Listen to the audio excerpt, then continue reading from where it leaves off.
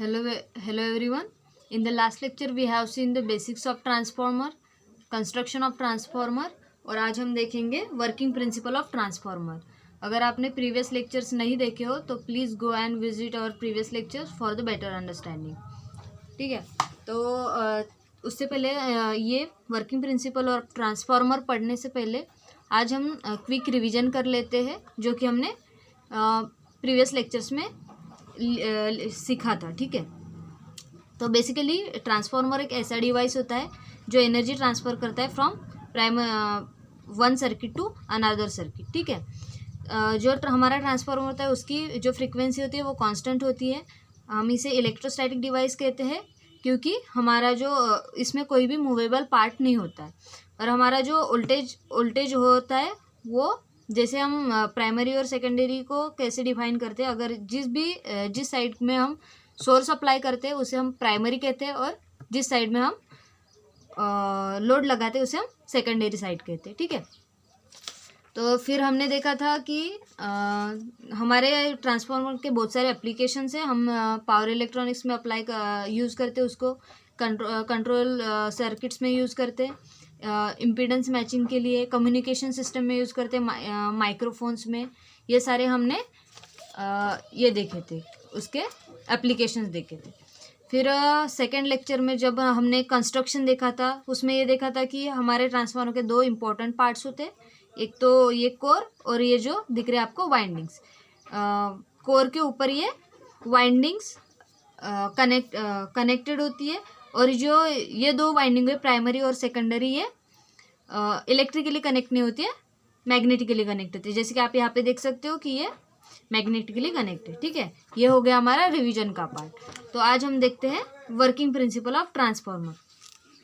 तो हमारा जो ट्रांसफार्मर है ये वर्क करता on Faraday's law of electromagnetic induction.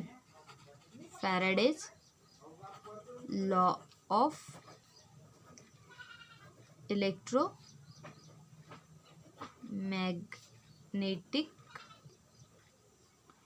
Induction पे. तो ये Faraday's law of electromagnetic induction क्या होता है? According to Faraday's law of electromagnetic induction an EMF is induce in a coil if it links a changing flux. तो हमारा EMF तब induce होता है अगर वो लिंक करे चेंजिंग फ्लक्स को. तो चलिए देखते हैं कैसे चेंजिंग फ्लक्स कैसे इंड्यूस होता है या प्रोड्यूस होता. अगर हमें चेंजिंग मैग्नेटिक फ्लक्स चाहिए है यहाँ पे इस कोर में, तो हमें कैसे मिलेगा?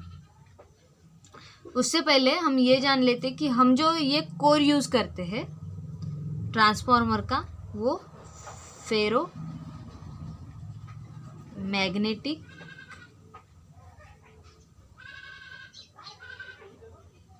मटेरियल से बना रहता है. फेरोमैग्नेटिक मटेरियल से बना रहता है. तो फेरोमैग्नेटिक मटेरियल क्या होता है? जिसकी परमेबिलिटी हाई होती है.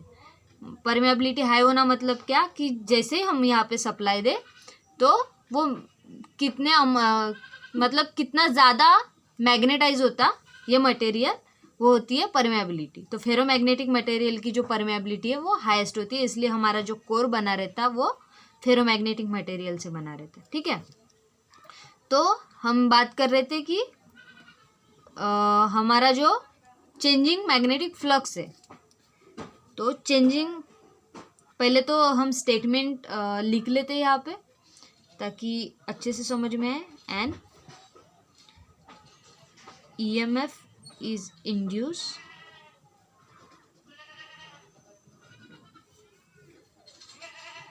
in a coil if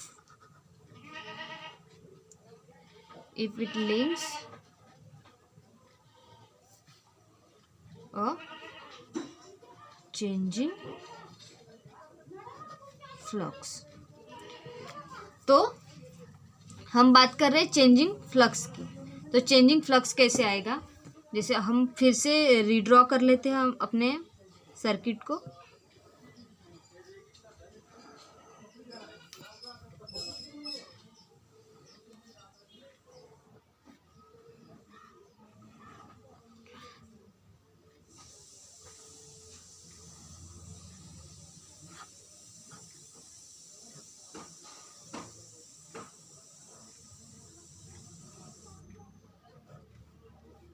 ये हमारी प्राइमरी साइड है और ये लोड साइड माने सेकेंडरी साइड।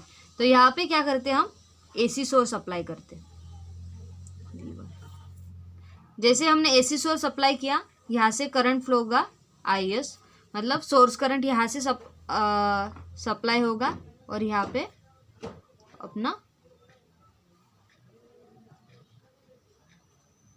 फ्लक्स इंड्यूस होगा, मतलब फ्लक्स फ्लो होना शुरू हो जाएगा। ठीक है, और जैसे ही यहाँ पे फ्लक्स फ्लो होना शुरू होगा, अगर हम कंसिडर करते कि हमने यहाँ पे लोड लगा दिया ZL, जैसे ही यहाँ पे फ्लक्स फ्लो होना शुरू होगा तो यहाँ पे ये फ्लक्स यहाँ पे लिंक करेगा लोड के सेकेंडरी को, मतलब सेकेंडरी साइड को जैसे ही ये लिंक करेगा सेकेंडरी में करंट फ्लो होना शुरू होगा, मतलब लोड में करंट फ्लो होना शुरू होगा और यहाँ पे इंड्यूस वोल्टेज मिलेगा V2।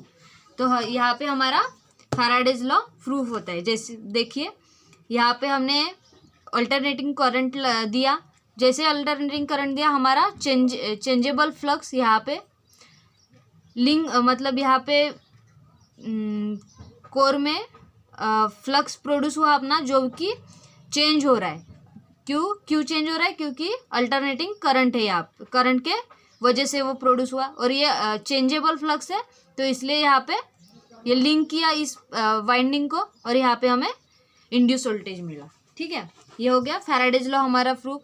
तो इस प्रकार हमारा जो ट्रांसफॉर्मर है वो वर्क करता और इसी प्रकार हमारा सेकेंडरी में वोल्टेज मिलता हमें। अगर हम बात करें आइडियल ट्रांसफॉर्मर की, तो आइडियल ट्रांसफॉर्मर की अगर हम बात करें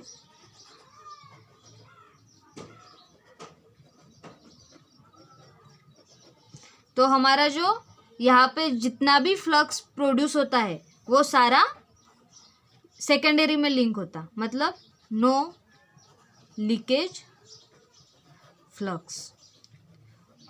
ठीक है, मतलब यहाँ कहीं और से फ्लो नहीं होता है, हमारा जो फ्लक्स यहाँ से जितना भी फ्लक्स प्रोड्यूस हुआ वो यहाँ पे लीक नहीं होता और सारा सेकेंडरी में लिंक करता।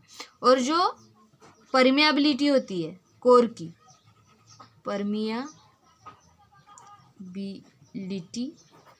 ऑफ कोर, वो होती है इनफाइनाइट, मतलब कोई भी वहाँ पे लॉस नहीं होता और उसी कारण लॉसेस आर जीरो लॉसेस होते।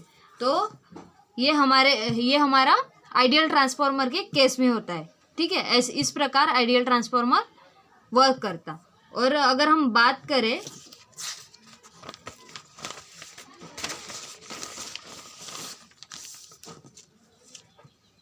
प्रैक्टिकल ट्रांसफॉर्मर की,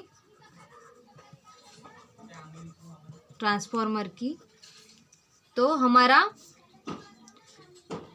जो कोर होता है वो फेरोमैग्नेटिक होता है, फेरोमैग्नेटिक मटेरियल से बना होता है, जिसकी परमियाबिलिटी हाई होती है। ठीक है, उसकी परमियाबिलिटी हाई होती है और जो most of the flux link होता है, पर उसमें प्रेजेंस ऑफ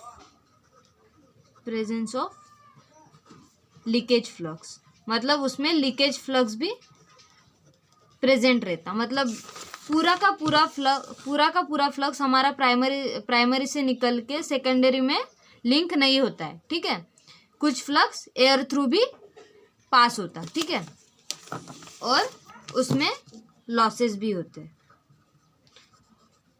भी प्रेजेंट होते प्रैक्टिकल ट्रांसफॉर्मर।